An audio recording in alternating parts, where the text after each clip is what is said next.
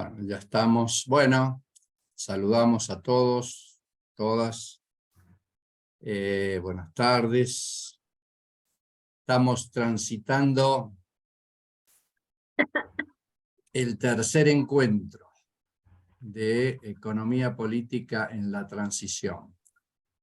Antes de ir, digamos, un poco a lo que nos convoca, uno o dos comentarios que tiene que ver con un mail que envié hoy temprano, y que omití poner en copia a varios, pero sí estaban todos los participantes. Ahí les estuve enviando la resolución que les hace, digamos, como alumnos regulares de la especialización. Me explicaron, acá la estoy mirando a Marina, después hay otras personas más que no están incorporadas en esa resolución. Eso ha sido un problema, yo diría, de procedimiento. Con la información que tenían sacaron y han quedado pendientes. En síntesis, luego del receso, van a estar incorporados todas las personas que no aparecieron en esa resolución. Si llega a haber ahí alguna necesidad de comprobantes y demás, bueno, me lo dicen y le hacemos acercar. Y lo otro, que hemos puesto una fecha, la profesora del taller 1 pidió tener un encuentro con todos los que han presentado el trabajo para hacer una devolución. Entonces, en principio esa fecha va a ser tal que no altere el cronograma que nosotros tenemos. Va a ser el día un jueves, en principio no podemos poner otro día, el jueves 24 de agosto, en el horario habitual. Bueno, si llega a haber inconveniente mayoritariamente, vemos otro día, pero no puede ser en principio el día viernes. Bueno, la idea de ese taller, de ese encuentro es hacer una devolución a cada uno de los trabajos que han entregado y bueno, para seguir en adelante. Dudas y demás me consultan y les vamos aclarando. Bueno, nada más de asuntos parroquiales, solamente recordar que entramos en receso y por eso retomamos el 28 de este mes, el penúltimo encuentro. Bueno, de mi parte nada más, y no sé, Julio, si querés hacer algún comentario, Alberto, Bambina, estaban las lecturas pendientes, terminamos con la conferencia de Ana Teresa Morales, y también estaba el video que dejamos de José Luis Rodríguez, que si bien no fue realizado con la fecha en la actualidad, mantiene plena vigencia. Y bueno, ahí quedamos abiertos a los comentarios de las lecturas, las reflexiones. Así que ahí está apareciendo Lautaro.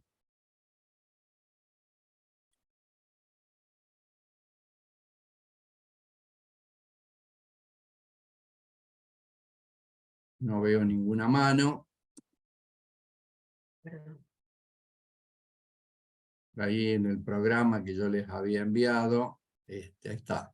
En amarillo estaba indicado cuáles serían las lecturas que tenemos, digamos, para compartir ahora. Sí, Alberto, adelante. Bueno, Lique, no, como veo que no hay manos levantadas, es más que nada como para, de alguna manera, más allá de las lecturas, me parecía interesante alguna mirada de los participantes del curso vinculada a las conferencias, ¿no? En términos, si se quiere, y esto como disparador, cada uno tendrá sus miradas, ¿no? Pero podría ser alguna manera de enfocarse en la mirada de José Luis Rodríguez en el proceso cubano y la mirada de Teresa Morales en Bolivia, y ver de alguna manera cuáles son las especificidades de cada caso. Creo que hay una lectura importante para hacer sobre esto. Es simplemente un disparador para presentarlo si alguien quiere opinar sobre esto. claramente tengo mi opinión formada, pero no es que, me parece que no es el caso que lo hagamos nosotros. En todo caso, después podemos sugerir algo, pero puede ser un disparador como para empezar a participar, si les parece. Muy bien, gracias Alberto. Marcelo. Sí, bueno, buenas tardes nuevamente a todos. Yo, para ser honesto, no pensaba hoy pedir la palabra, lo iba a dejar para el próximo viernes, a pesar de que, bueno, he leído todo lo que estaba marcado en amarillo de la unidad 1, y he visto, digamos, de nuevo la conferencia de Morales, de la señora Morales y de Rodríguez. Pero la verdad, digamos, porque quería releer un poco algunas cosas, en particular el capítulo 3 y el capítulo 5 del libro El Estado y la Revolución de Lenin, porque realmente es para estudiarlo, y más en mi caso que estoy un poco lejos, debo reconocer de toda esta temática, ¿no? Pero sí quiero decir que la verdad me aclaró mucho la conferencia de José Luis Rodríguez y después la lectura del capítulo 3 y del capítulo 5 del libro de Lenin, esto de la economía política de la transición. Ahora me quedó muchísimo más claro, ¿no? De qué se trata. Esto de que no podemos ir de un solo golpe al comunismo, pero sí tenemos que, como dice Marx, destruir, demoler el estado actual de forma inmediata, y que se requiere de este periodo de transición, digamos, para llegar a lo que en este libro se describe primero como una fase inferior, ¿no es cierto?, comúnmente socialismo, y después una fase superior del comunismo, donde yo entiendo que ahí queda un poco más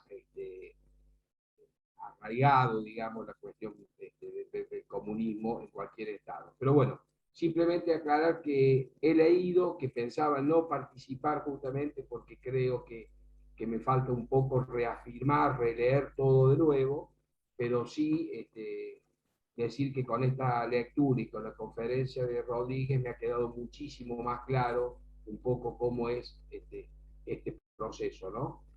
De ir más allá del capitalismo, explicado por Marx y por Lenin en este caso. Gracias. Bueno, muy bien, gracias Marcelo. Bueno, ahí baja la manito.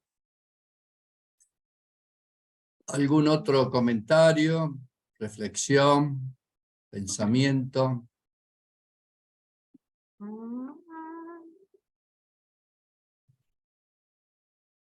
Marita, adelante. María Concepción Salas.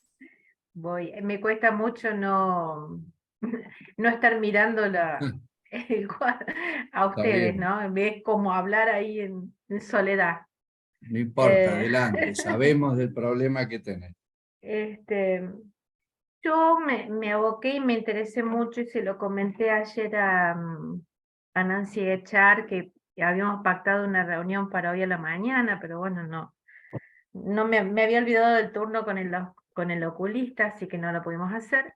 Y le estuve comentando que me había gustado mucho el texto, y también lo de José Luis Rodríguez, porque, bueno, es como renovar conceptos que uno ha trabajado en algún momento, lo relativo a ese hombre nuevo, ¿no?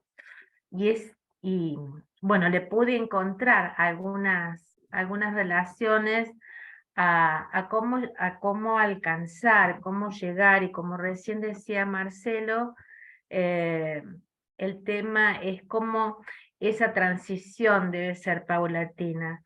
Lo que sucede que las transiciones, bueno, están mediadas por el tiempo, y el tiempo para un estado de bienestar en la sociedad muchas veces se ve muy congestionado por el deseo de alcanzar mejoras rápidamente.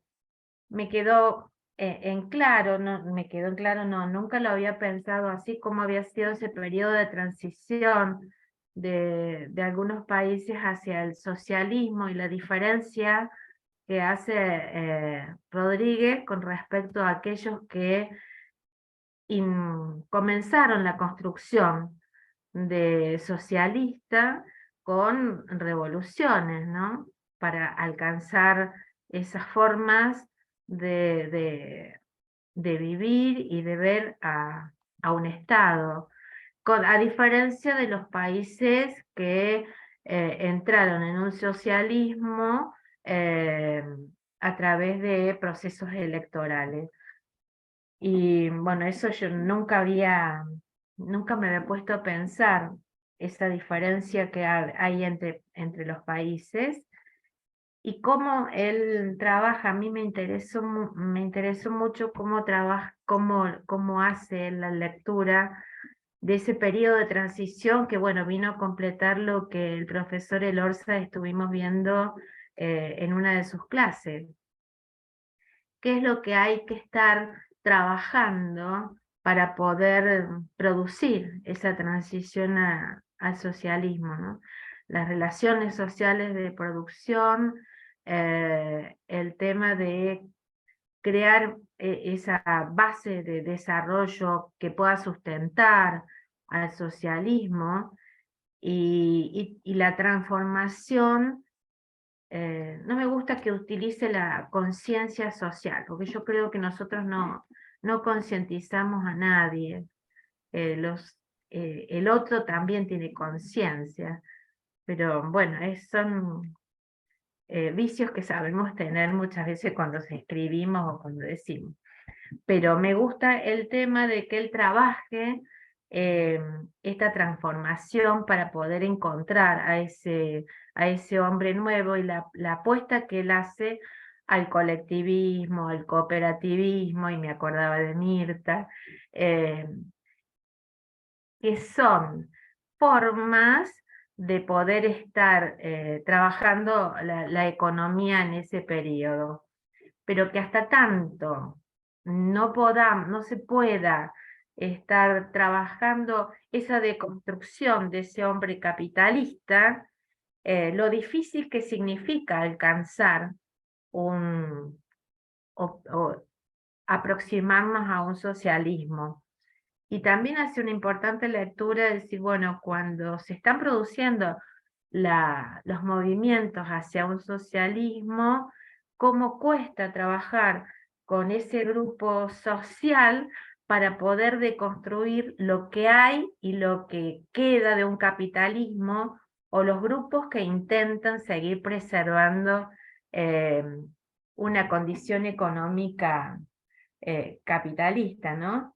Y cómo es como que hay que estar ajustando la economía, por un lado, esa relación de mercado, y lo político. Si colocamos y trabajamos mucho sobre lo político, probablemente descuidemos lo económico. Como estas dos dimensiones, estas dos variables tienen que estar en un equilibrio importante para poder estar trabajando y que poder alcanzar ese camino de transición al socialismo. Esa es la lectura que pude hacer para poder estar trabajando a Rodríguez, que la tengo que completar, de escucharlo nuevamente a él, y trabajar también lo que el profesor Elorza de alguna manera la otra vez también había colocado con sus powers. Nada más. Gracias. Gracias, Marita. Muy bueno. Muy bien. ¿Algún otro comentario? Miguel Bomparola, adelante. ¿Ya? ¿Me escuchan? Perfecto, sí. Ahí hay con Bien. una pequeña interferencia, pero... Delay. A ver ahí. ¿Se escucha mejor? Escucharte escuchamos, pero es como que el micrófono te hace un ruidito. ¿Me escuchan ahí? Perdón por la demora. Sí, Bien. sí, dale, Bueno, dale. con los textos, esta semana la verdad estuvo muy complicado, no voy a mentir. Pero quería hacer algún comentario respecto a la conferencia de la semana pasada. dos cosas me llamaron la atención, me gustaron, me dejaron pensando.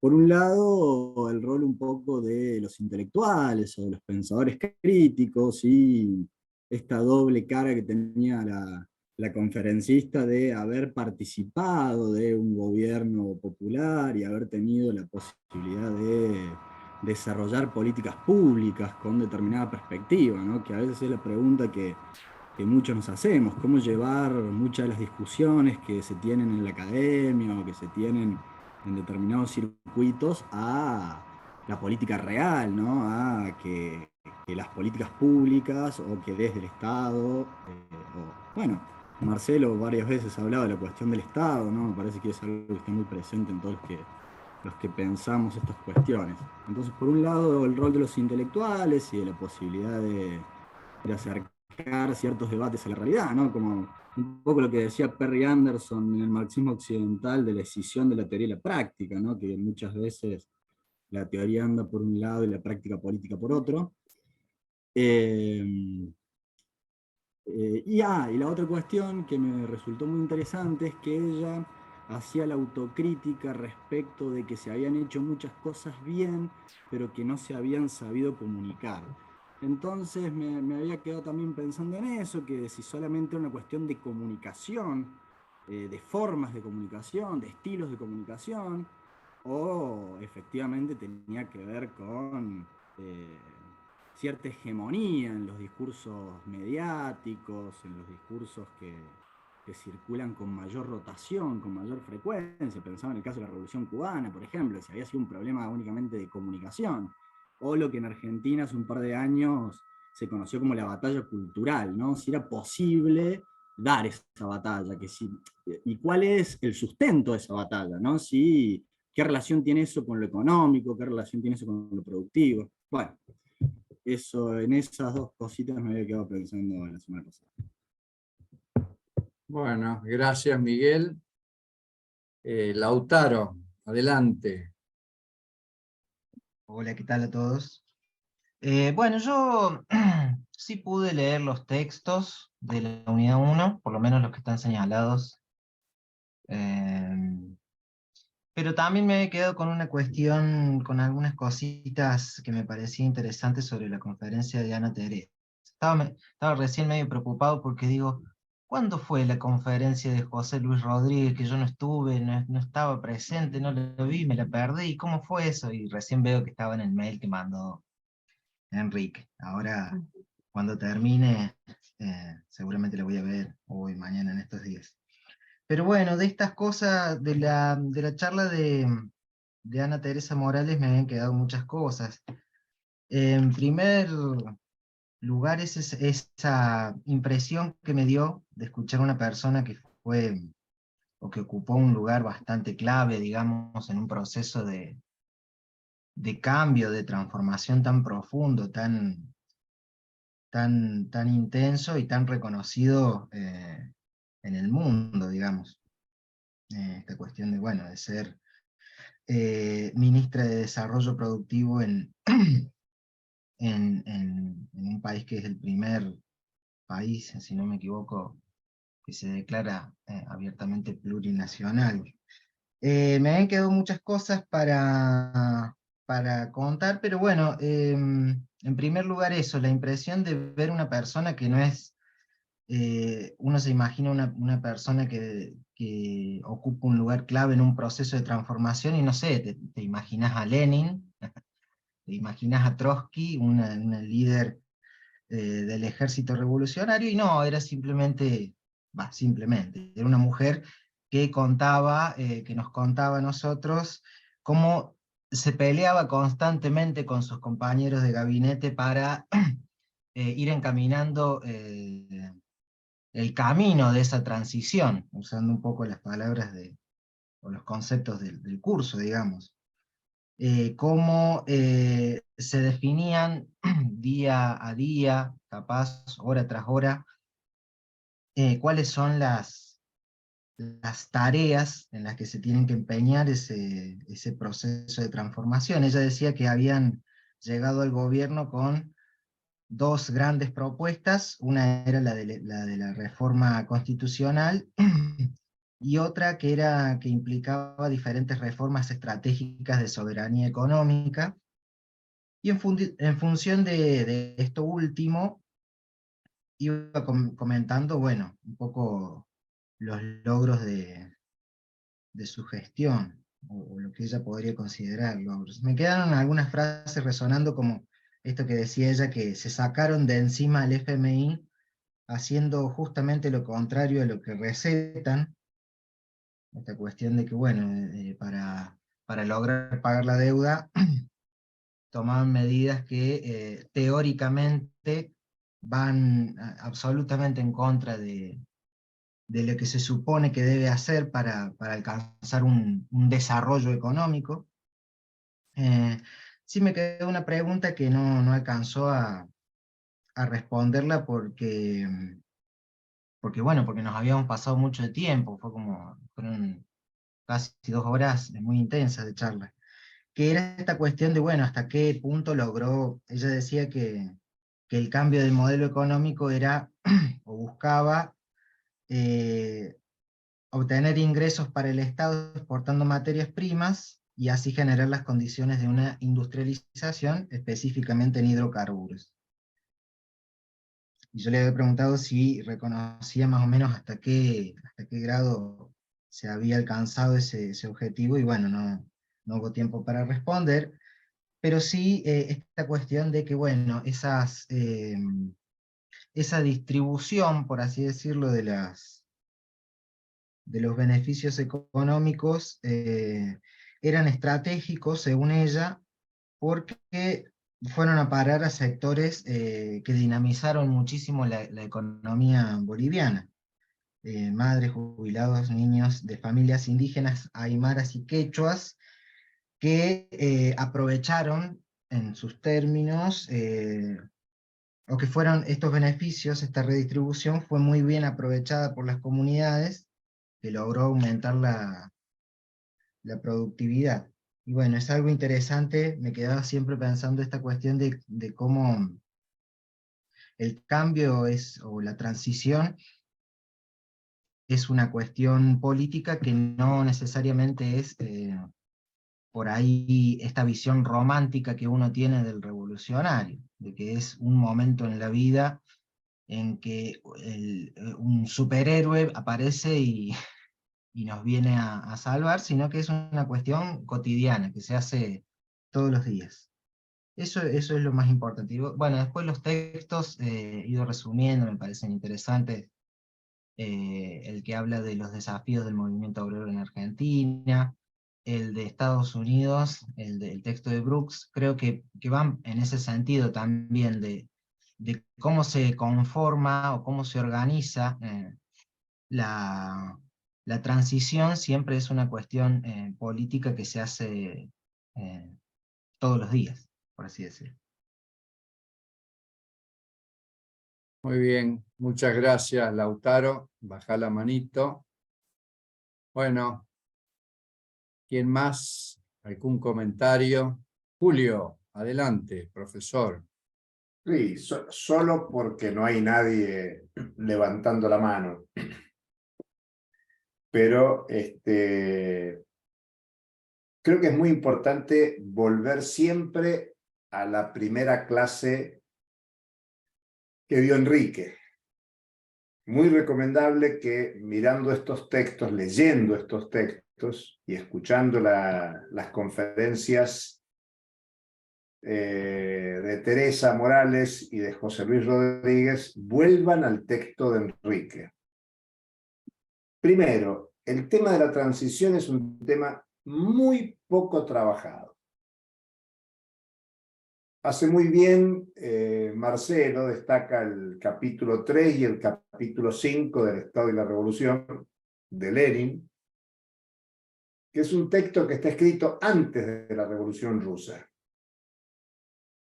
Y que lo que hace Lenin en ese libro en general es repasar las revoluciones que existieron.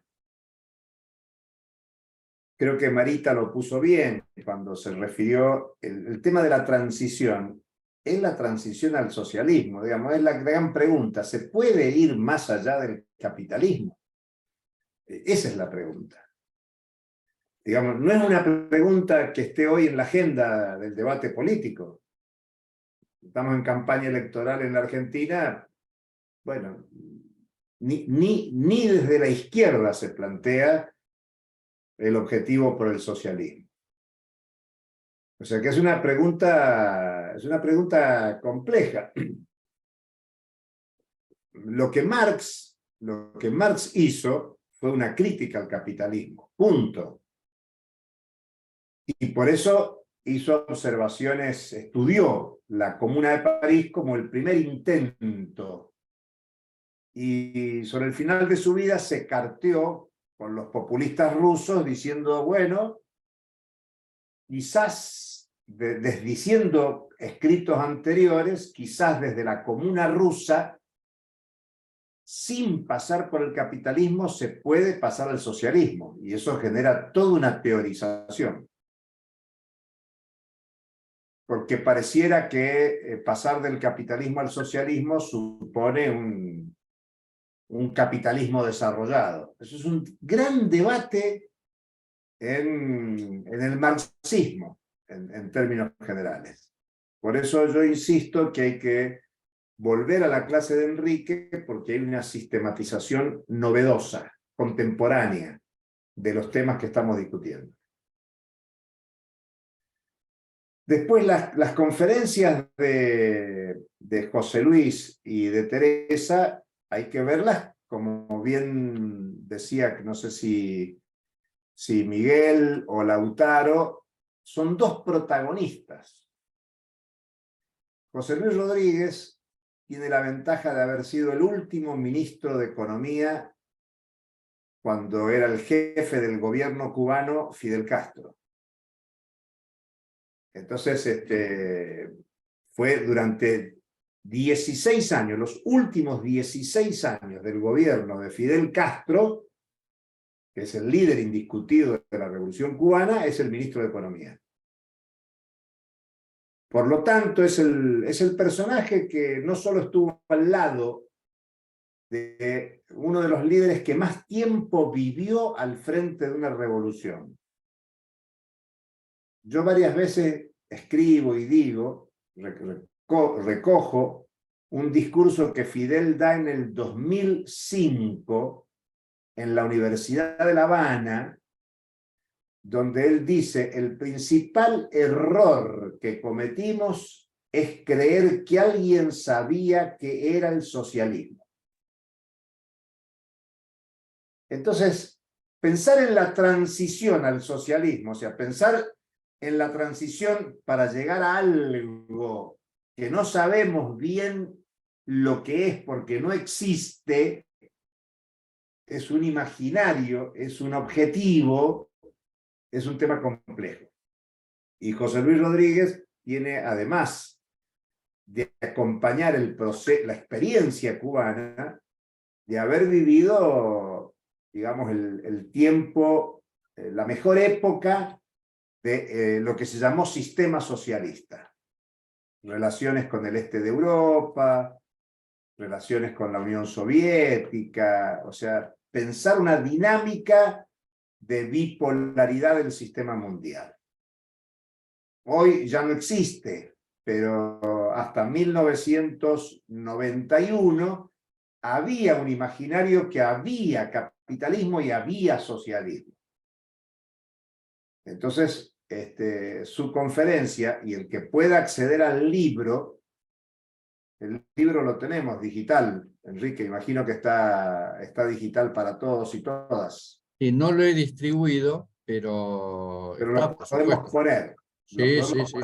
Perfecto. Porque es un libro que aborda el proceso histórico de la Unión Soviética, de Europa del Este, y es un análisis crítico mostrando los debates que había. Yo vuelvo a decir, una cosa es criticar al capitalismo y otra cosa es decir a dónde se quiere llegar. Por eso la transición es tan compleja. Y me parece interesante, Lautaro, cuando vos desmitificás a la protagonista. Me parece muy bueno eso, de desmitificar.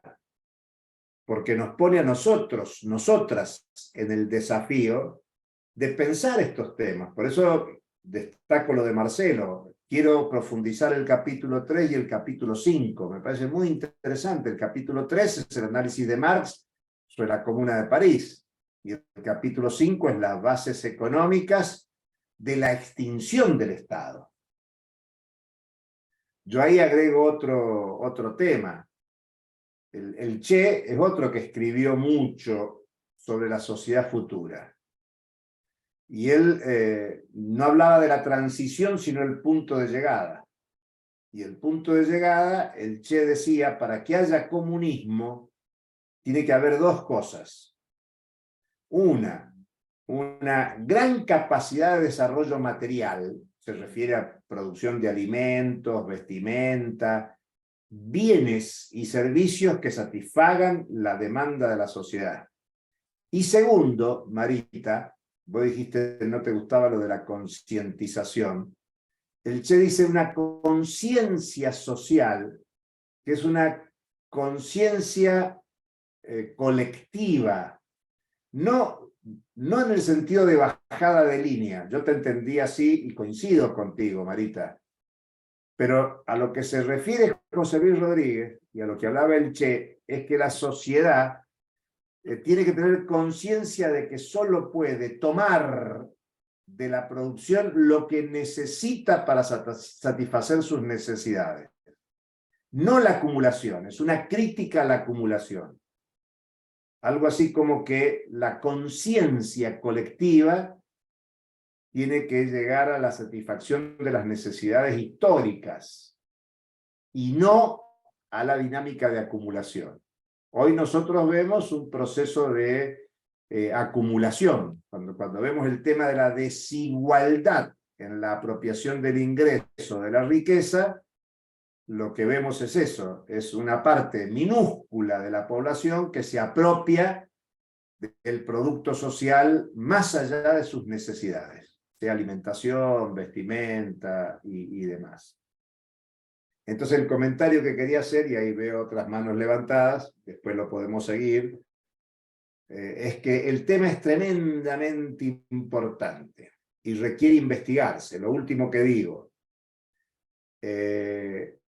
es muy interesante ver Bolivia, ver Venezuela, porque creo que es Marita la que destaca cuando José Luis Rodríguez diferencia lo que son procesos electorales de procesos insurreccionales o de revolución.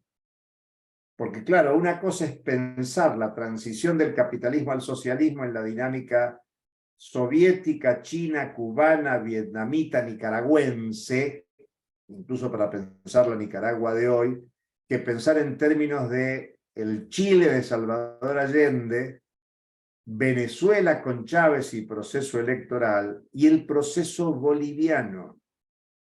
Y claro, como Teresa es una protagonista, no es solo una protagonista del gobierno que hubo entre el 2006 y el 2019 previo al golpe, sino que es una protagonista actual de una Bolivia que está en un debate que involucra nada menos que al expresidente con el actual presidente. Ambos del mismo partido, del mismo proceso, y por lo tanto muestra las dificultades, los límites, las complejidades del proceso de transformación. La suerte que tenemos nosotros en la especialización es tener una protagonista directa que nos cuenta en vivo y en directo. Y una sola cuestión para Lautaro. No solo discutía con el gabinete, acuérdense la anécdota que se reía ella, de cuando tuvo que decirle a una población que no podía construirse una fábrica que Evo Morales se había comprometido y que tuvo que salir corriendo porque la querían linchar por el incumplimiento de la promesa presidencial. Simplemente por conocerla, digo, Teresa no era solo una polemista al interior del gobierno, sino que era una polemista con el sujeto popular, y era en la práctica de gobernante una polemista de primer nivel con el poder económico y el poder mediático, que es uno de los temas más complicados en esto que levanta Miguel. Cuando Miguel dice, recoge, no supimos comunicar, tiene que ver con la hegemonía mediática en Bolivia, tal como en todos los países del mundo. Las empresas de comunicación siguen siendo hegemónicas y son las que definen la agenda de debate. Bueno, hasta ahí los comentarios, hay manitos levantadas. Gracias, Julio. Bueno, primero está Nancy y después Niltie. Adelante. Bueno, buenas tardes. Yo quería destacar algunos conceptos que lo dio en la conferencia Teresa, y bueno, y José Luis Rodríguez también siempre lo han mencionado, lo que son conceptos que de gestión que son acuñados por autores capitalistas, pero el sentido está en cómo se usan. Los conceptos son eficacia, eficiencia, planificación, cadena de valor, precio justo. Todos conceptos acuñados por autores capitalistas en favor de la acumulación, ¿no? La cadena de valor es para acumular y aumentar valor al bien que nosotros producimos, pero todos para obtener mayores beneficios económicos en cada sector o en cada parte de esa cadena de valor. O sea, en estos casos que estamos viendo, donde salen del capitalismo, utilizan los mismos conceptos, pero para beneficio del colectivo, no para beneficio de la acumulación. Y eso es lo que a mí me llama mucho la atención, porque decimos, bueno, ser eficaz y ser eficiente es lo que buscan el capitalismo, gastar lo menos posible y obtener la mayor rentabilidad posible. Ellos también lo utilizan, pero ellos lo utilizan para beneficio del colectivo, no para acumular riquezas. Y ahí me parece a mí que es donde está la gran diferencia. También la planificación, bueno, Cuba es un gran ejemplo de la planificación a largo plazo, y de esa manera reemplaza un poco la función del mercado de manejar la distribución de bienes y servicios. Y esto de la cadena de valor y de trabajar el precio justo a lo largo de toda la cadena de valor y decir, bueno, acá nadie va a ganar nada más que el 15% de beneficio por su actividad, entonces vamos a todo ganar lo mismo, y en cada eslabón de esa cadena de valor vamos a poder trabajar, pero vamos a controlar los beneficios. La acumulación me parece a mí fundamental. Y cómo que sean conceptos acuñados desde autores capitalistas, porque Porter es un autor, Marcelo me va a dar la razón, Porter es un autor muy conocido en cadena de valor y muy totalmente identificado con la acumulación. Pero bueno, no quiere decir que esos conceptos de gestión no se puedan usar. El tema es cambiarles el sentido, ¿para qué lo usamos? Y eso a mí me parece algo fundamental de destacar, que no es que estos países que están en transición inventan cosas nuevas y demás, sino que utilizan la misma herramienta, hablando desde el punto de vista de la gestión. Las herramientas de gestión, lo que cambian es el sentido o el objetivo, por qué lo hacen. Y eso a mí me parece que es necesario tenerlo en cuenta para comprender cómo es esta transición que están haciendo. No es que inventan cosas nuevas. Lo que ellos cambian es el sentido, el objetivo con el cual lo hacen. Y eso me parece que es fundamental de destacar. Nada más que eso. Gracias. Gracias, Nancy. Niltie, adelante. Hola, pues quisiera hablar de los textos que pude revisar, pues primero el de David Brooks y el de Cáceres Cruz, que los dos tienen relación, hablan sobre este surgimiento del sindicalismo, por ejemplo, en territorios pues controlados por Estados Unidos. En primera, de David Brooks, que justo nos habla de este sindicalismo que de repente resurge en Estados Unidos, en el corazón del capitalismo y del neoliberalismo, y sin embargo que existe y es posible. Y también de la participación de las mujeres, por ejemplo, en el caso de Cáceres Cruz, dentro de las demandas, en el contexto en el que son prácticamente las más afectadas por ciertas políticas, pero también las que tienen una participación sindical importante. De estos textos yo pensaba un poco en lo que señalan con respecto a pues la política neoliberal que implica una disminución de derechos, por lo tanto, pues restringir el sindicalismo. Y también me hacía pensar cómo incluso en la actualidad, bajo estos estados que se dicen post-neoliberales, o con un capitalismo nacionalista o tendiente a la acumulación nacionalista, pues siguen manteniendo estas políticas neoliberales de disminución de los derechos, ¿no? Por ejemplo, lo observamos cuando lo que se pretende son la instalación de maquilas, cuando se sigue promoviendo la instalación de maquilas, pero ahora con una participación del Estado en ciertos controles. Y entonces pensaba justo en este otro texto justo de Enrique, que habla de la transición, pues de lo que implica esta transición y tal vez que la transición es eso, es hasta cierto punto una dimensión de inclusión de ciertas actividades del capitalismo tradicional con otras. Veía y me llamaba la atención esto que señalas en el texto con respecto a cómo pues los gobiernos progresistas de algún modo, o cuando se habla de una alternativa, siempre pues se permiten hasta cierto grado las cosas, y que más allá de cuando ya está tocando intereses más profundos, entonces ya no es posible ese consenso, incluso en los pueblos, ¿no? Ya se ve como una transgresión mayor.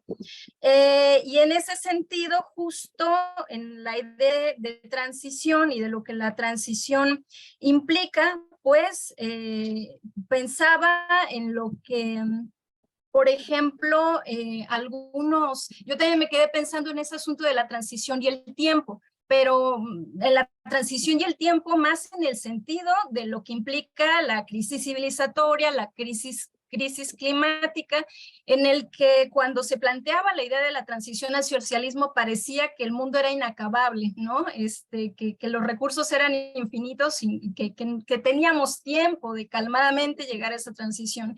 Y en la actualidad vemos que ya no tenemos tiempo, que ya si esa transición sigue siendo a la velocidad en la que está, pues no vamos a llegar nunca a disfrutar de ese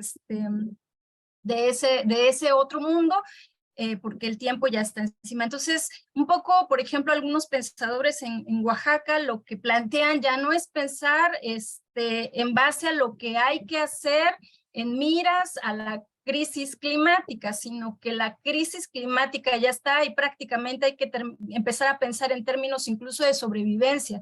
Entonces plantean, si ya no hay agua, entonces tenemos que pensar en cultivos donde ya no hay agua, ¿no? Entonces ya más allá de lo que implica la crisis climática, bien, entonces en ese sentido pensaba en la transición, y también, por ejemplo, en algo que alguna vez Jaime Martínez Luna, que es un intelectual zapoteca, pensaba y decía, él planteaba, tal vez lo que hay que hacer, hablando de transición, es pensar en un capitalismo comunal, decía él, que no es lo mismo que un capitalismo progresista, o que no es lo mismo que socialismo y que no es lo mismo que comunismo, ¿no? Porque la idea es llegar al comunalismo.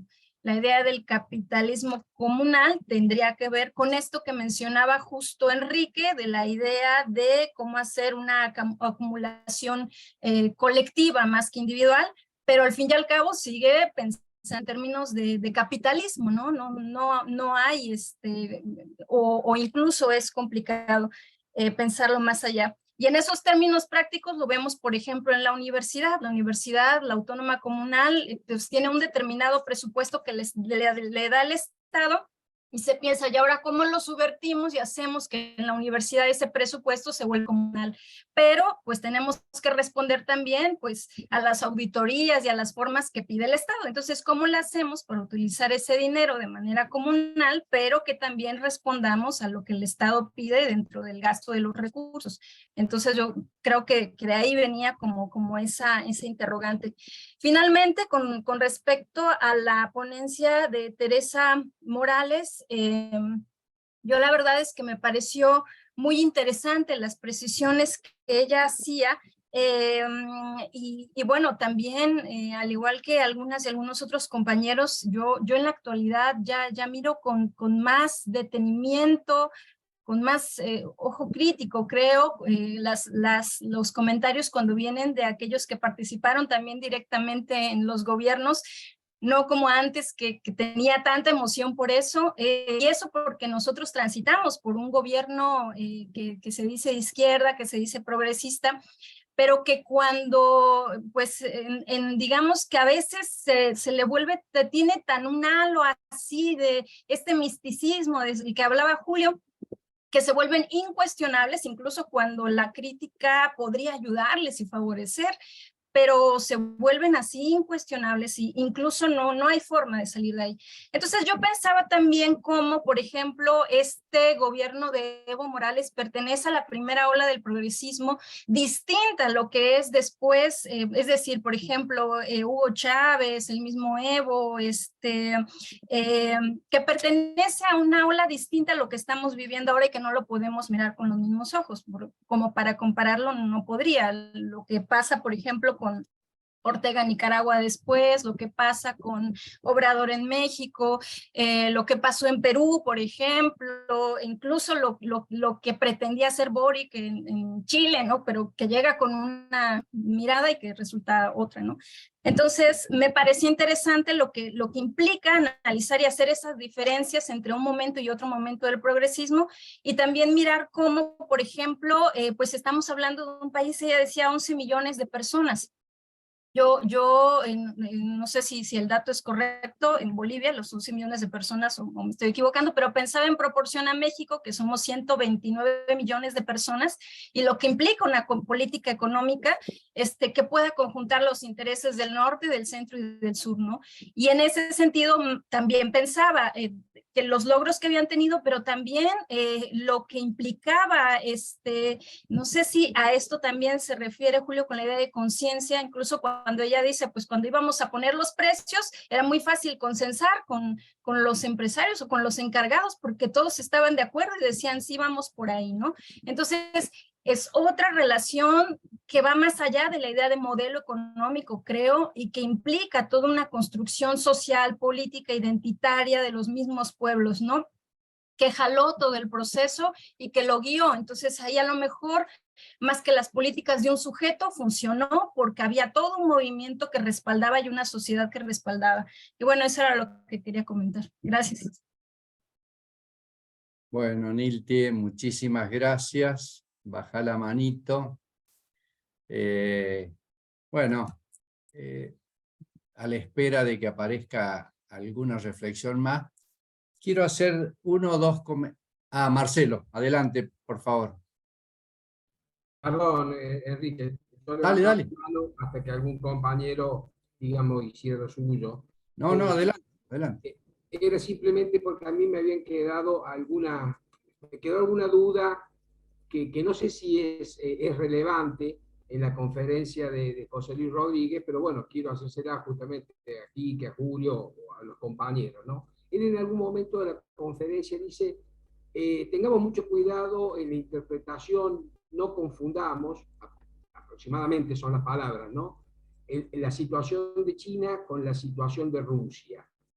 Y no sé por qué, yo lo escuché varias veces, me da la sensación como que lleva algún mensaje de crítica, pero no identifico si es un mensaje de crítica y a quién.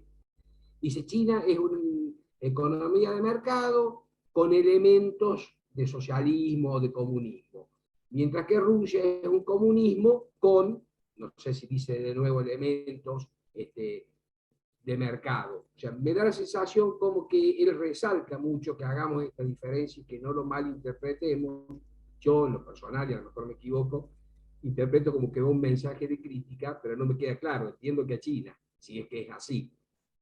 O sea, como que China, digamos, tiene una economía de mercado, punto, listo. Después tiene algunos elementos comunistas, que es, o socialista, que es el partido que gobierna, ¿no es cierto? Mientras que Rusia, no, Rusia pasa, como también Julio dijo recién, prácticamente del feudalismo, y como lo dice Lenin, o Marx, prácticamente del feudalismo a la revolución, ¿no? Con poco conocimiento del capitalismo. Bueno, esa es una duda que no sé si es significativa, si tiene importancia, porque es una duda mía. Gracias, Marcelo. Claro que sí. Sí, sí, ahora lo vamos a conversar. Marita, adelante, por favor.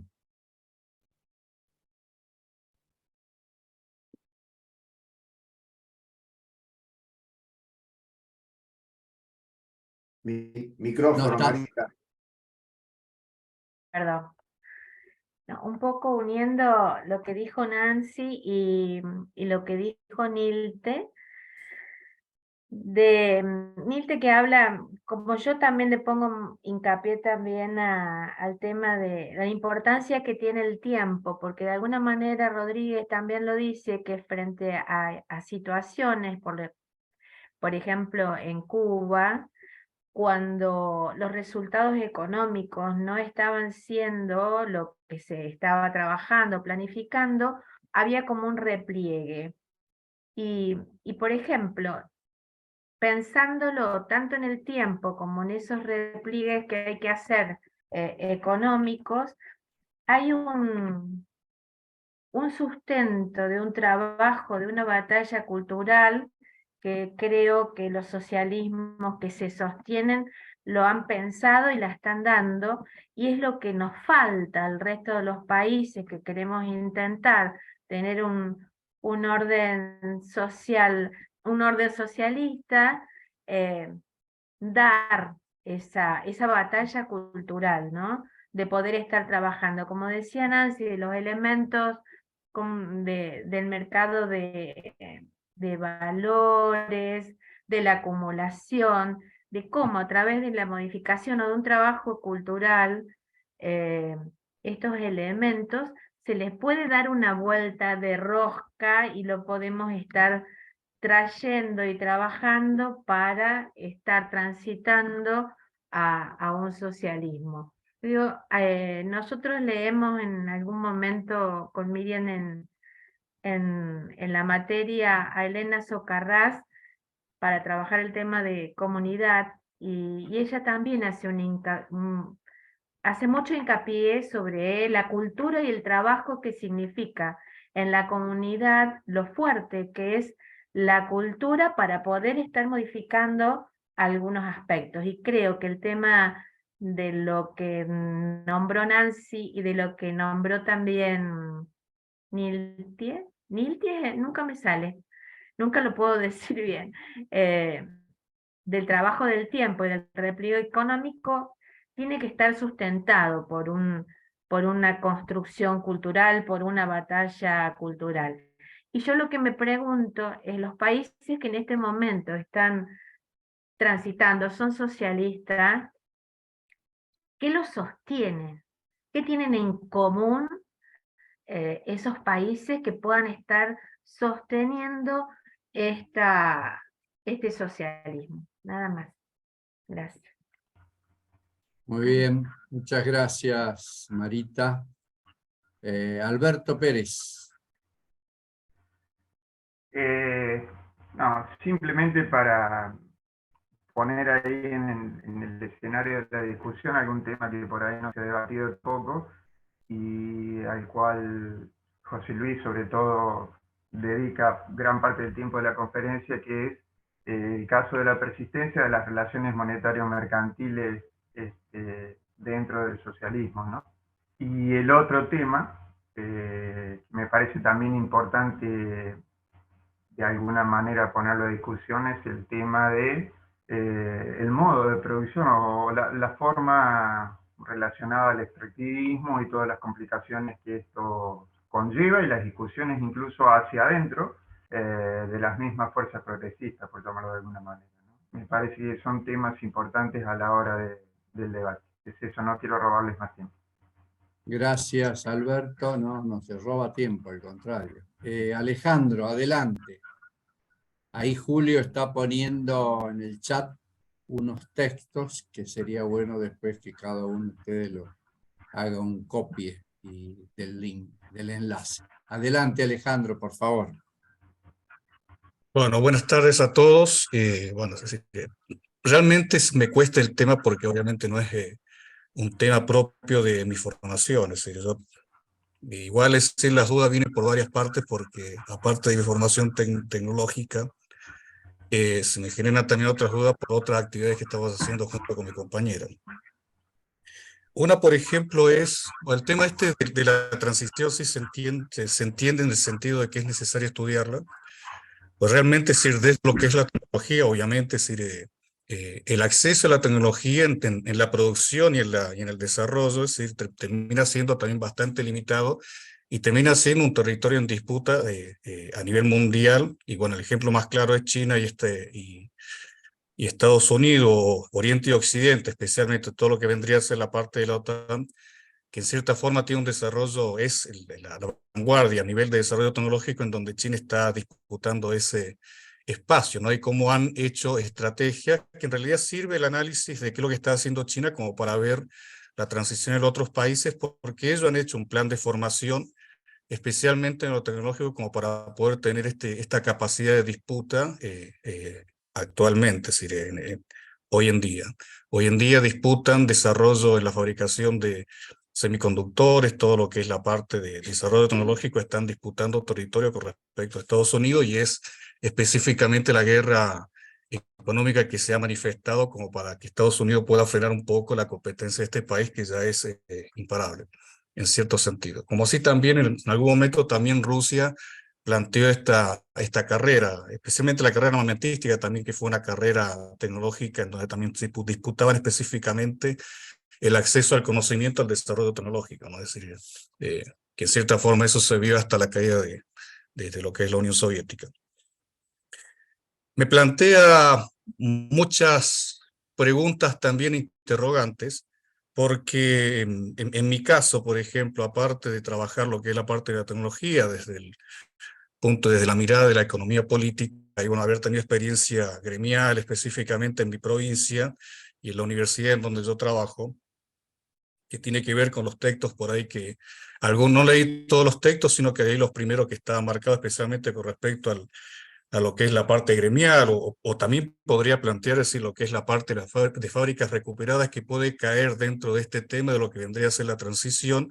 Nosotros tenemos una experiencia muy interesante con respecto a una fábrica de autopartes que se llama Indiel, que no tan solo cae por el mercado tan competitivo de esos productos, es decir, se conseguían con Indiel, fue una empresa que fue una empresa nacional argentina con un prestigio muy grande, que obviamente era el que se mantenía hasta que termina cayendo y desangrado específicamente por los propios trabajadores, y los mismos trabajadores terminan haciendo caer el proyecto que se había consolidado ya como cooperativa y estaba trabajando, tenía algunos contratos para trabajar con empresas de Uruguay, especialmente la fabricación de tractores. Indiel fabricaba lo que es la parte de burros de arranque y alternadores, todo lo que es la parte eléctrica de vehículos, y bueno, había conseguido algunos contratos y se termina perdiendo todo ese proceso específicamente porque los mismos trabajadores terminan saboteando el proceso. Esto fue antes de lo que es la asunción de Macri. Había ganado Macri y obviamente en ese pase de lo que es el kirchnerismo al macrismo, el año 2015-2016, termina cayendo este proceso de fábrica recuperada bastante interesante. Nosotros desde la universidad hasta habíamos logrado tener muchos alumnos trabajando en las prácticas preprofesionales y a su vez también se generaron 2 tesis de grado de ingeniería electrónica que implicaban esto, ¿no? Lo que vendría a ser la posibilidad de sostener un proceso que implicaba esto de la transición, ¿no? Como recuperación, nosotros lo planteamos como disputa de la propiedad privada y a su vez también como disputa en los procesos productivos, ¿no? De apropiación de los obreros. Pero la pregunta más fuerte que yo tengo, que no es esa, porque se entiende en este contexto todas estas cosas, hay muchos procesos de fábricas recuperadas a nivel mundial, y también si nosotros analizamos el proceso, por ejemplo, de China, de lo que es la apropiación del conocimiento. Yo tengo, por ejemplo, alumnos míos que han ido a hacer su tesis de grado a Estados Unidos, una empresa que se llama Actel, que fabrica circuitos integrados que se llaman FPGA, que son los circuitos integrados que se utilizan en lo que es la fábrica de armamento. Y él comentaba que que él tenía, por ejemplo, también compañeros de trabajo que eran personas, por ejemplo, que eran chinos, que estaban haciendo su doctorado, o sea, ya estaban haciendo su tesis de grado a nivel doctoral, y lo estaban haciendo en esa empresa, y él hablaba, es decir, obviamente, se comunicaba con esta gente, y los chinos le decían, es decir, mucha gente, yo estoy hablando del año 2012, 2013, por ahí, mucha gente de China que había trabajando en su lugar haciendo sus tesis doctorales y aprendiendo este tipo de tecnología, ¿no? Que obviamente son los que después, ese era el plan que tenía China de potenciar lo que era la formación, y bueno, se mandó mucha gente para afuera para hacer este tipo de investigaciones. Y me comentaba este alumno que eran alumnos de promedio 10 y que estaban ordenados en orden alfabético porque tenían 10 de promedio de la carrera, es decir, eran personas muy capaces,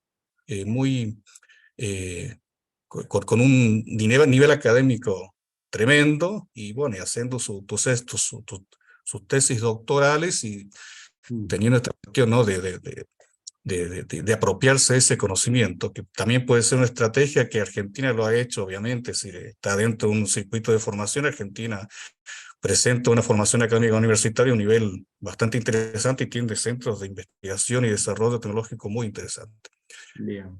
Este no es el tema, sino que el tema es que nosotros, por ejemplo, con mi compañero y junto a Namachi de la comunidad Ranquel, la semana pasada, el 23 de junio, hicimos la ceremonia de Año Nuevo Ranquel, es decir, para sostener esa ceremonia, que obviamente si hay una comunidad Ranquel que no tenía territorio, que lo ha perdido, no había dónde hacerlo, entonces nosotros ofrecemos nuestra casa para sostener, es decir, la ceremonia Ranquel.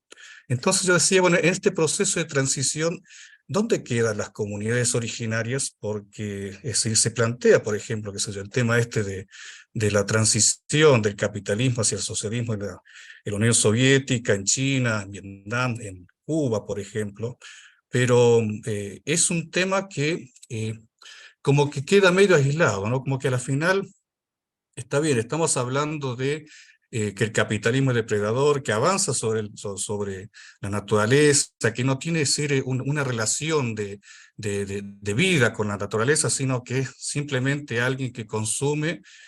Es como matar a un animal y comerlo, es decir, no nos preguntamos si ese animal es cómo ha sido su vivencia, si va, si viene, si esto y aquello, sino que simplemente usamos y aprovechamos eso que nos da en cierta forma una ganancia, que es una ganancia representativa para una sociedad formada por seres humanos, en donde no se considera a los otros seres vivos como parte.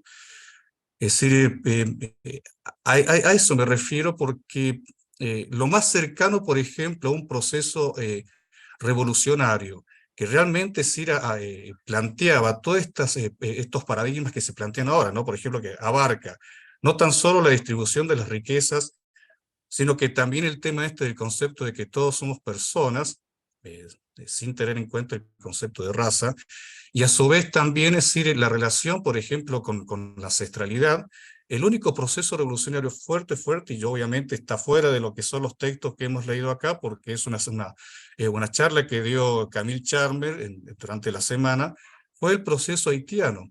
El proceso haitiano, es decir, no termina siendo exitoso simplemente porque no logra poder comercializar los productos que ellos estaban elaborando, que era el azúcar. Es decir, al final el mismo sistema capitalista europeo, que es el que se impone, por ejemplo, en América Latina y el resto del mundo, es el que termina no aceptándolo porque no era de la estirpe europea, francesa, belga, alemana o española, sino que eran los esclavos africanos que se terminan rebelando contra el poder, contra la esclavitud, y plantean una sociedad en donde incluyen todos estos temas. Bien. Entonces, es cierto, sí, sí, la construcción de la transición sí se va construyendo en el tiempo y se ve como que cada vez incorporamos más cosas. Incorporamos la cuestión de género, y incorporamos así el tema este de la violencia, la cuestión antipatriarcal, es decir, todas esas cosas que ya lo consideraba, es decir, la revolución haitiana, que para mí ha sido... más, obviamente, lo planteo porque está fuera de lo que, de las cosas que nos dieron para ver, lo planteo como una de las revoluciones más completas en el sentido que abarcó todas las cosas que se están planteando ahora. Bien. Yo recuerdo, por ejemplo, bueno, un poco así lo que es Chile, ¿no? Lo que es Allende, con mis padres, por ejemplo, es decir, participando desde su formación o mala formación, mi madre con un segundo grado de escuela y mi padre con un quinto grado de escuela, y aún así, es decir, participando y acompañando ese proceso, por el cual sí nos tocó un autoexilio. Pero también, es decir, me acuerdo que mi madre decía que era, es decir, Allende, más allá de que tiene una muy buena propuesta, es decir, a nivel de campaña electoral, en cierta forma suma el voto femenino, porque él decía que iba a trabajar en contra del machismo y en contra del alcoholismo que había así en los chilenos. Así que Chile es un país con mucho consumo de alcohol. Que en cierta forma también era una propuesta de campaña, ¿no? Pero eh, traía a colación un poco eso, por eso sí planteaba que tenía muchas más dudas que certeza en todas estas cosas de lo que había leído y todo lo que el concepto de transición, ¿no? Es decir, que también es necesario para hacerlo. Y me gustaría, obviamente, seguir estudiando esto porque me gustaría preparar un poco mejor el análisis que hago con respecto a esta temática. Me parece fundamental. Fundamental en esto, es decir, donde logramos colocar también estas otras cosas que también existen.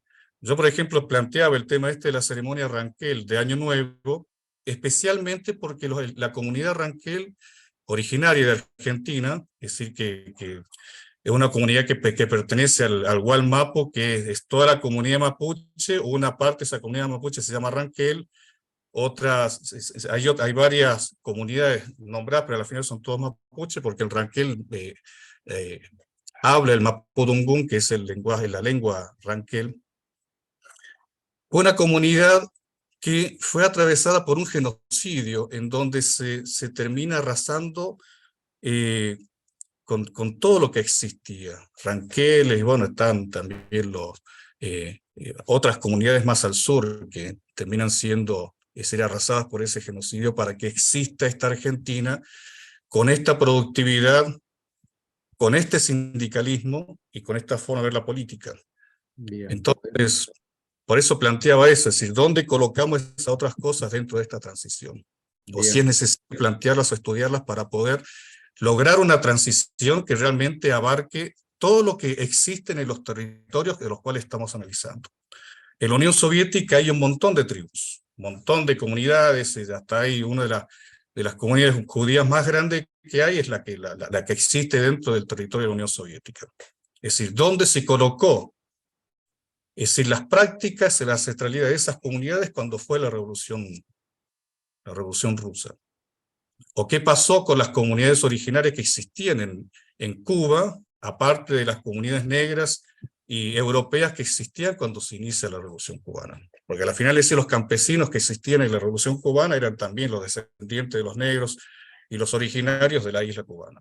Entonces, esa es la pregunta que al final por ahí me queda un poco claro con respecto a la revolución haitiana, pero por ahí es como que necesitaría por ahí también entender qué pasa con esas obras. Por ejemplo, Nilke, que siempre me encanta escucharla, que también es parte de una comunidad viva que mantiene sus tradiciones y mantiene todas sus cosmovisiones y trata, y por lo que yo veo, intentan acomodarse para que este sistema no los termine fagocitando ni tampoco haciéndoles perder su territorio, porque México, es decir, la lucha por el territorio es tremendamente viva y muy fuerte en el sentido de mantener. Yo, por ejemplo, una vuelta me tocó hablar con una integrante de la comunidad. 2 minutitos más y... bien, está, perdón. No, terminá, 2 minutos. No.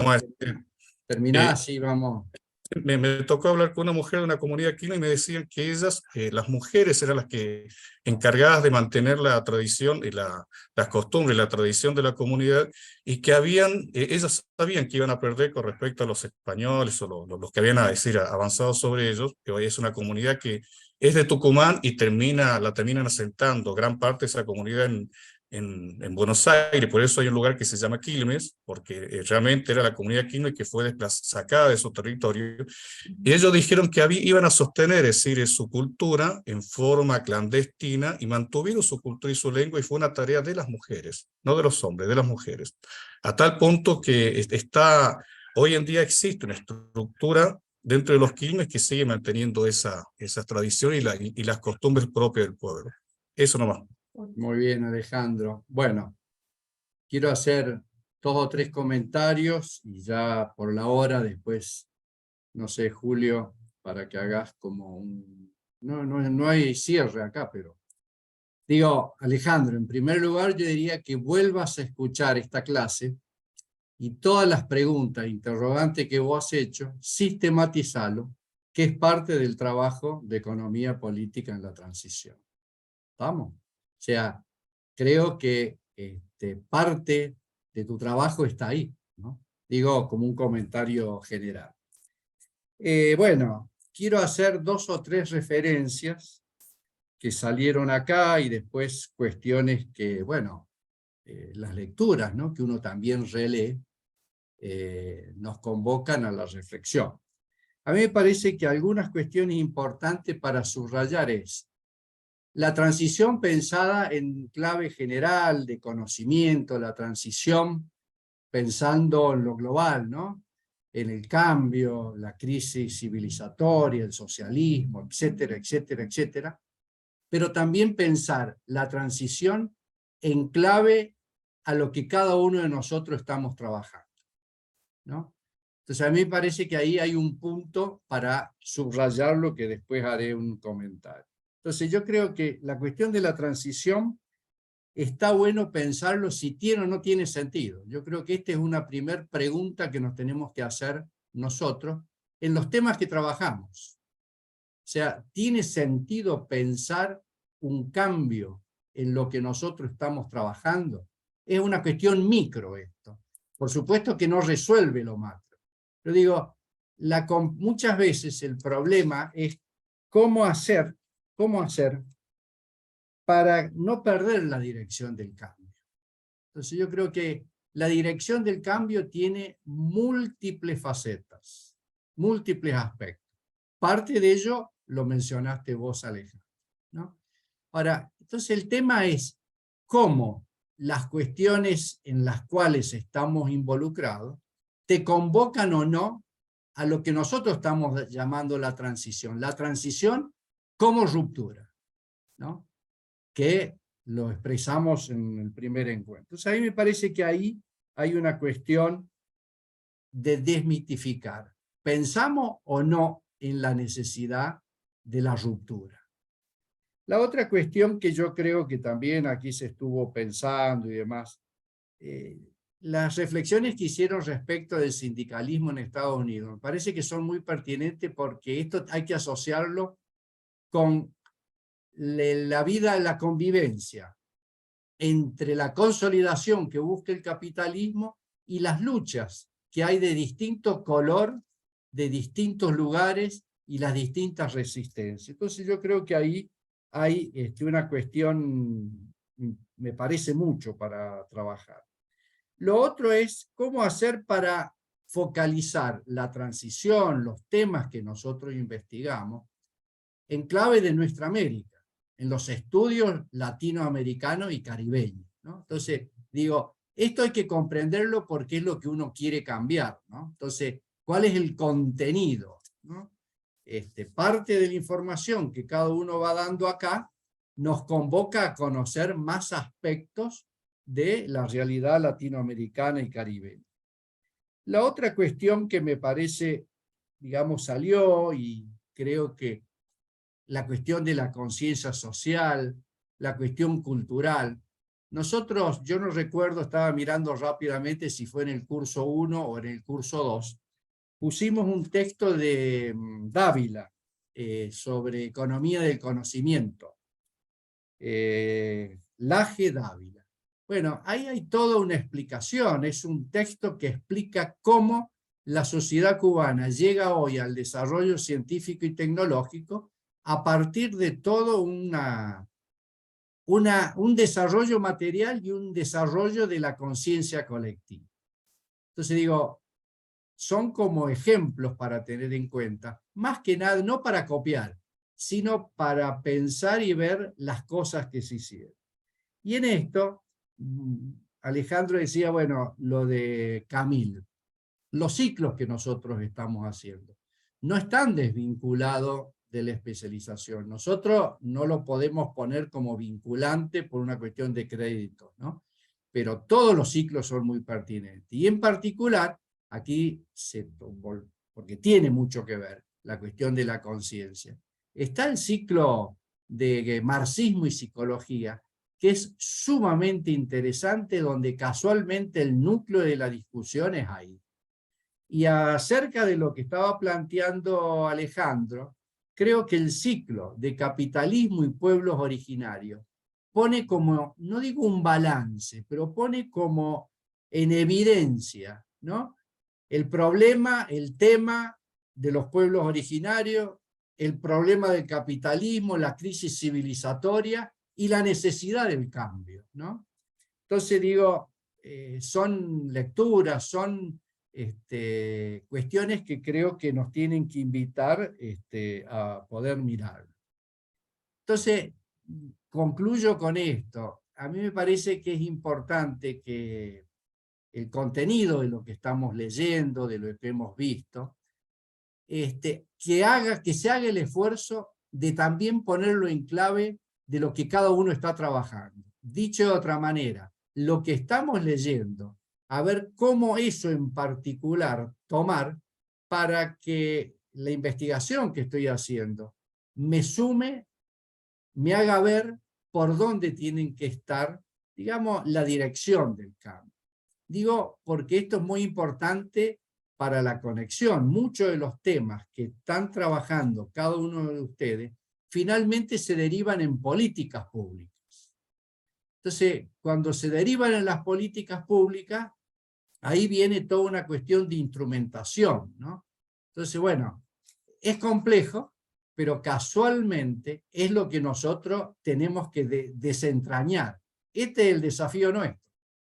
Y en parte van a haber respuesta en los contenidos de algunas otras de las asignaturas que estábamos viendo. Hay ejemplos que yo creo que hay que tratar de vincularlos rápidamente. Está muy bien lo que planteas el caso de Intel, que planteaste el problema de las empresas recuperadas. Entonces la pregunta es, ¿cómo puede hacer una empresa recuperada o la economía social subsistir dentro del capitalismo? ¿No? Entonces digo, este tipo de experiencias yo creo que uno las tiene que tomar propositivamente para pensar, y así como pensamos un tema global, también pensar temas concretos que cada uno va viendo. Bueno, hay muchos temas más, yo dejo ahí. Y no sé, Julio, me parece que sería bueno algún comentario más allá del resfrío, que bueno, todos lo estamos padeciendo de alguna manera. Bueno, un par de cuestiones. Creo que hay mucho interés en lo de China. Por eso puse ahí esos dos textos recientes de China. El primero es una historia de la República Popular China, es un libro reciente de Claxo. Es importante porque resume en muy poquitas páginas los distintos periodos de la Revolución China, llega hasta el presente. Y sobre todo está todo el tema de la modernización china de los últimos 40 años, desde el 78 para acá. Así que les va a resultar de interés, es corto, accesible, fácil. Y el otro es del año pasado, del 2022, es sobre China, pero una mirada desde América Latina. Es un colectivo de autores de América Latina que reflexionan sobre China.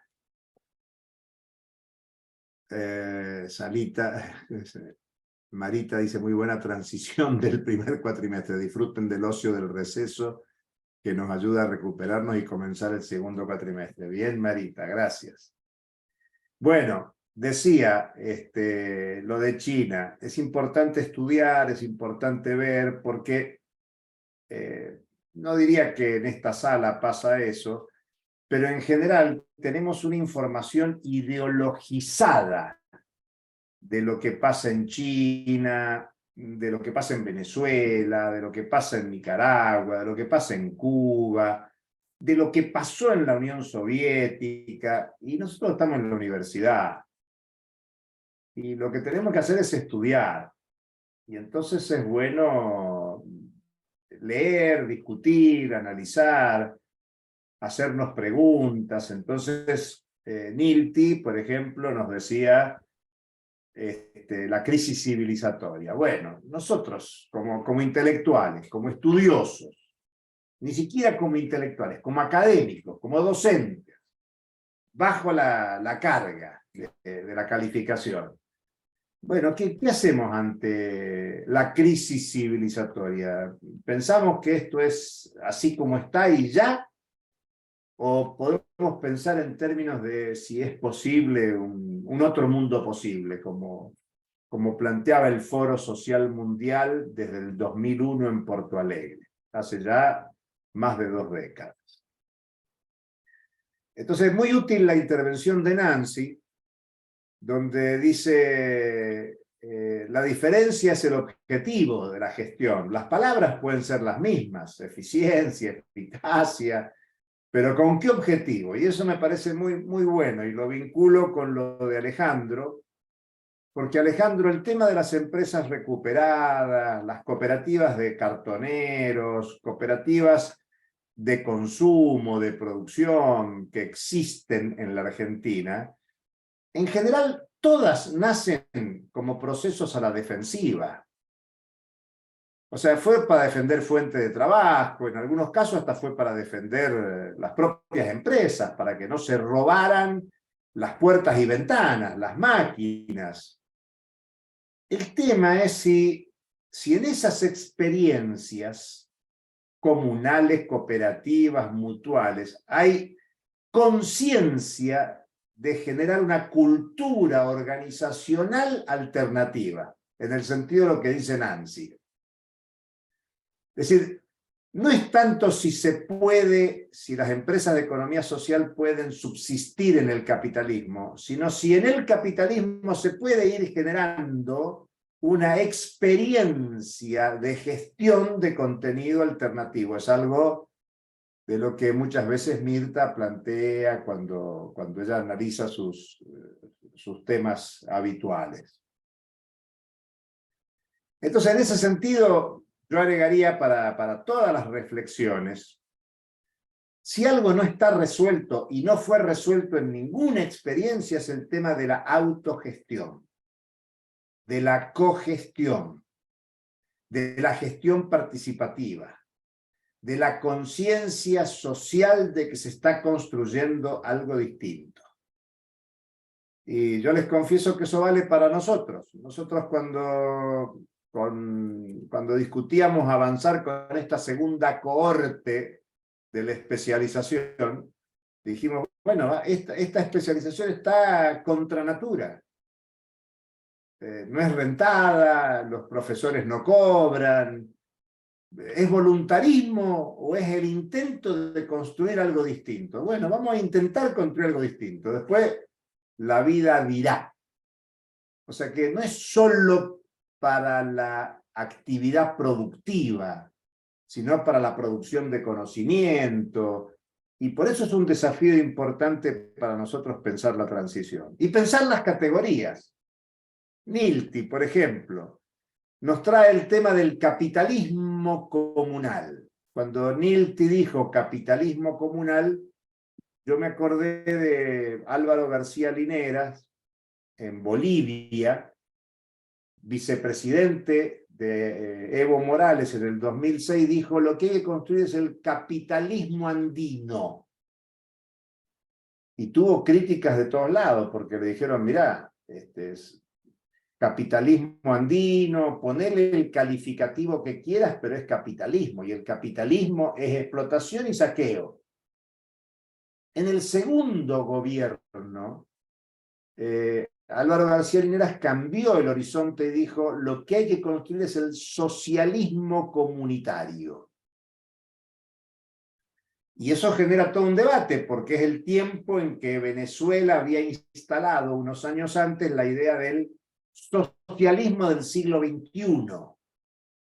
Y no era un apellido temporal, era una crítica al socialismo del siglo XX, que había sido un socialismo estatalista, un socialismo vertical, asociado incluso con autoritarismo, con vestigios totalitarios. Entonces el tema de la democracia participativa, la autogestión, la cogestión, aparece con mucha fuerza en el tema del socialismo del siglo XXI, y por eso lo del socialismo comunitario, que recupera el diálogo de Marx con los populistas rusos en su última etapa de vida, donde dice que la comuna rusa puede dar pistas para la transformación al socialismo sin pasar por el capitalismo. Y ahí Marx apunta, Alejandro, apunta que el socialismo como nueva sociedad tiene que aprovechar todo el desarrollo tecnológico de las fuerzas productivas del capitalismo contemporáneo. Algo así como que la sociedad más atrasada en el 2023 puede entrar a una sociedad alternativa, sin explotación, sin saqueo, aprovechando el desarrollo científico-tecnológico contemporáneo. Es decir, no se trata de tirar por la ventana el desarrollo científico-tecnológico. Y por eso, vos mencionaste bien el tema de los chinos en Estados Unidos estudiando. Bueno, se cuentan por millones los chinos enviados a estudiar al mundo, con el objetivo de volver a China, ¿eh? O sea, en general, el estudiante chino no es que el estudiante argentino que se va a estudiar a Alemania, a Francia o a Estados Unidos se queda en esos países. El estudiante chino vuelve, por eso es interesante ese texto que mencionábamos. Y el debate que Marcelo sugiere de la conferencia de José Luis, claro, José Luis lo que está haciendo, José Luis Rodríguez, lo que está haciendo es mirando con sorpresa. No se olviden que China, a comienzo de siglo, era el 1% del PBI mundial. Y hoy está cerca del 20%, disputando la hegemonía. Entonces, lo que China ha hecho es un desarrollo industrial gigantesco. Pero ¿cómo calificar a la sociedad china? ¿Es capitalista? ¿Es socialista? ¿Está en proceso de transición? Bueno, eso genera un debate gigantesco.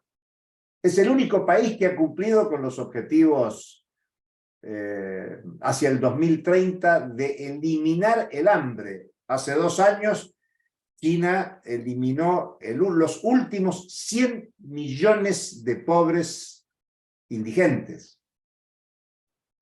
Bueno, es un gran interrogante, por eso digo, nosotros tenemos que no abandonar la ideología, porque la ideología está en nosotros, está en todos lados, pero ir a procesos más sistemáticos de estudio de qué es lo que acontece en cada lugar. Incluso, para entender la Rusia actual,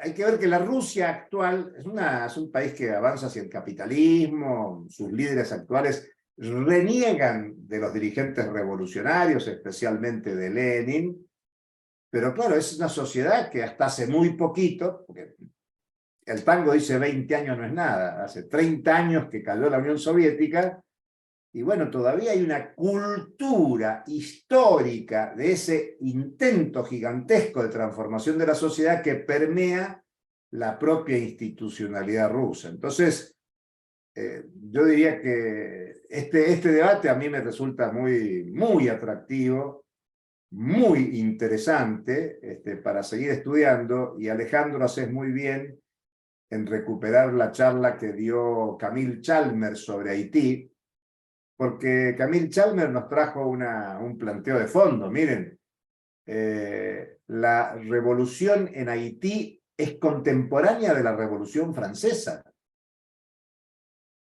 Nosotros decimos toma de la Bastilla, 1789.